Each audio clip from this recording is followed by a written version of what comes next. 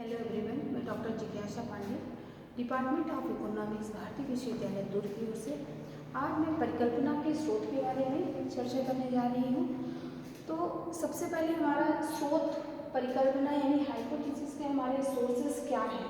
तो सबसे पहले हमारा संस्कृति है, फिर हमारा विज्ञान है, फिर हमारी सूझ है, फिर तार्किक है, फिर इसके बाद रचनात्मक चिंतन है, व्यक्तिगत अनुभव है, अनुभवी व्यक्तियों से परिचर्चा है, प्राप्त कल्पनाओं का विश्लेषण करना, अगला है उस क्षेत्र में हुए अनुसंधान के बारे में चर्चा करना, और फिर आखिरी है सापेक्षता। तो ये सारे हमारे सोर्सेस हैं हाइपोथेसिस के।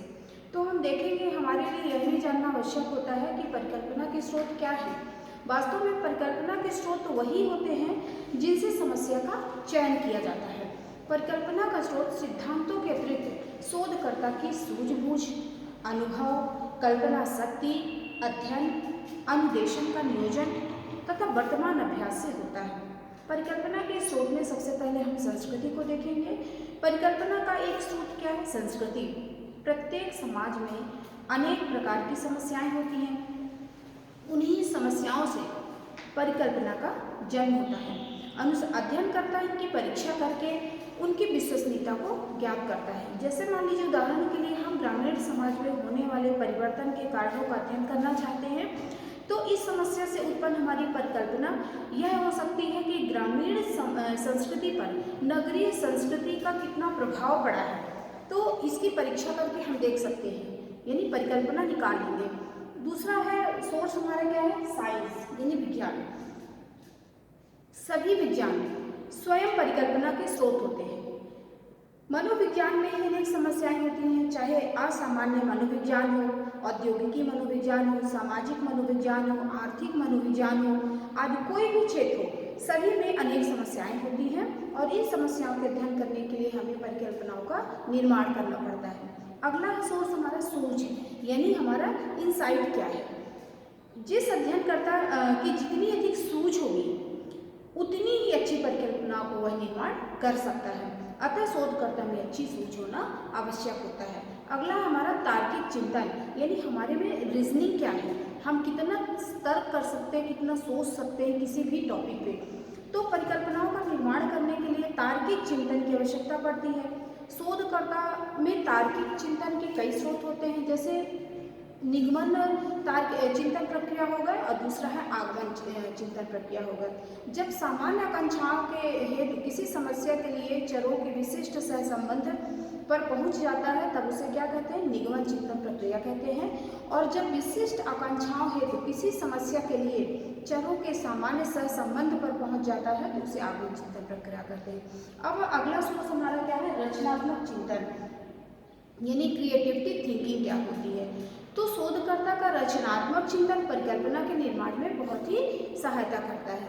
जैसे मुनरो ने कहा है कि विद्वान ने इसके रचनात्मक चिंतन पर विशेष बल दिया है। उन्होंने कई इसके पद बताए हैं, स्टेप बताए हैं।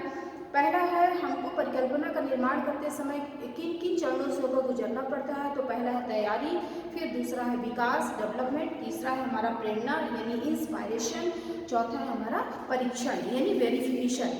तो इन चारों पदों से यह स्पष्ट होता है कि जब कोई विचार मन में आया, उसे विकसित किया गया, उस पर कार्य करने की प्रेरणा मिली, और तब क्या होता है? तब परिकल्पना का निर्माण होता है और अंत में हम परीक्षण करते हैं।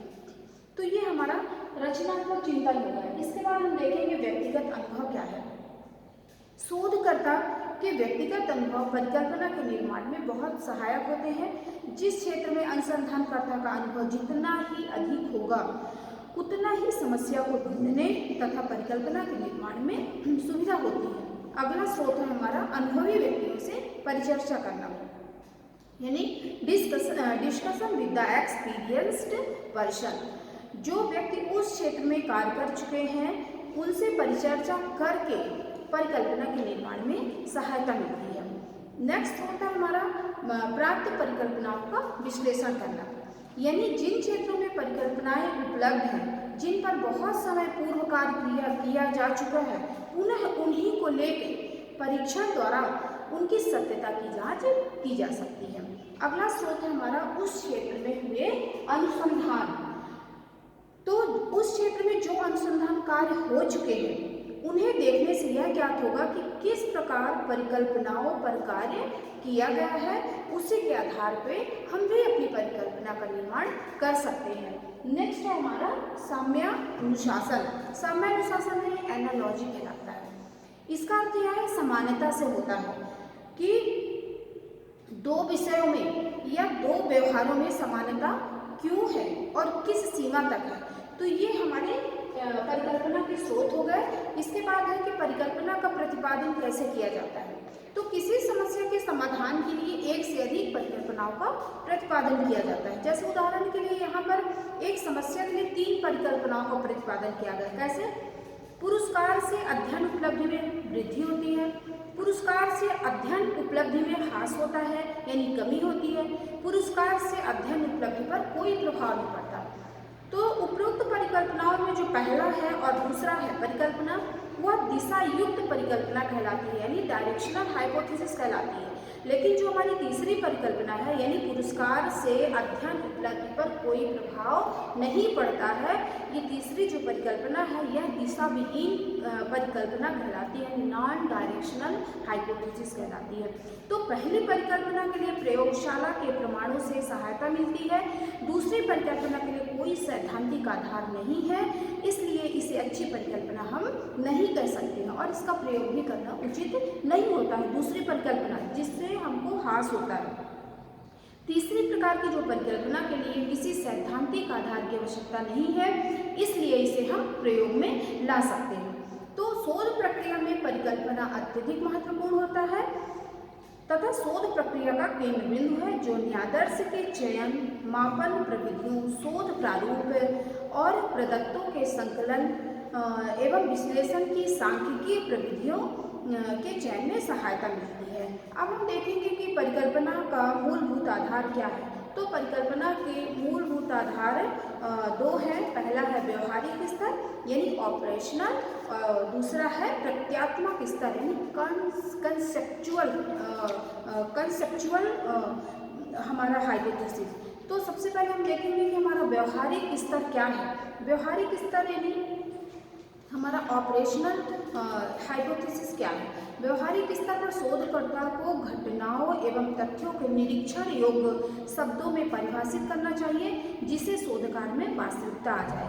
और हमारा कंसेप्चुअल जो स्टेटमेंट है, कंसेप्चुअल हाइपोथेसिस है, प्रत्यात्मक स्तर पर शोधकर्ता को घटनाओं और तथ्यों को कारण प्रभाव के रूप में परिभाषित करना चाहिए, जिससे उन घटनाओं का जानकारी हो सके और इस स्तर पर शोधकर्ता घटनाओं की अमूर्त रूप में परिभाषा करता है। तो किसी भी शोध कार्य के लिए यह आवश्यक हो जाता है कि घटना तथा तथ्यों दोनों स्तर पर परिभाषा की जाए, क्योंकि जब व्यवहारिक स्तर पर परिभाषा की जाती है तो परिकल्पना की पुष्टि के लिए प्रदत्तों यानी डाटा का संकलन और उसका विश्लेषण करने में सहायता मिलती है। लेकिन जब प्रत्यात्मक स्तर पर हाइपोथेसिस की जाती है, परिकल्पना का निर्माण किया जाता है, तो उस शोध निष्कर्षों तथ्य सामान्यीकरण में सहायता मिलती है। कुछ शोध कार्यों में प्रत्यात्मक स्तर से व्यवहारिक स्तर की ओर अग्रसर होना पड़ता है। तो आज ये हमारा टॉपिक यहीं पे खत्म होता है परिकल्पना के स्रोत के रूप में। नेक्स्ट चैप्टर हम देखेंगे कि हमारे हाइपोथेसिस का हमारा टेस्टिंग यानी उसका परीक्षण हम कैसे करते हैं, जो हमारा बहुत इंपॉर्टेंट टॉपिक है।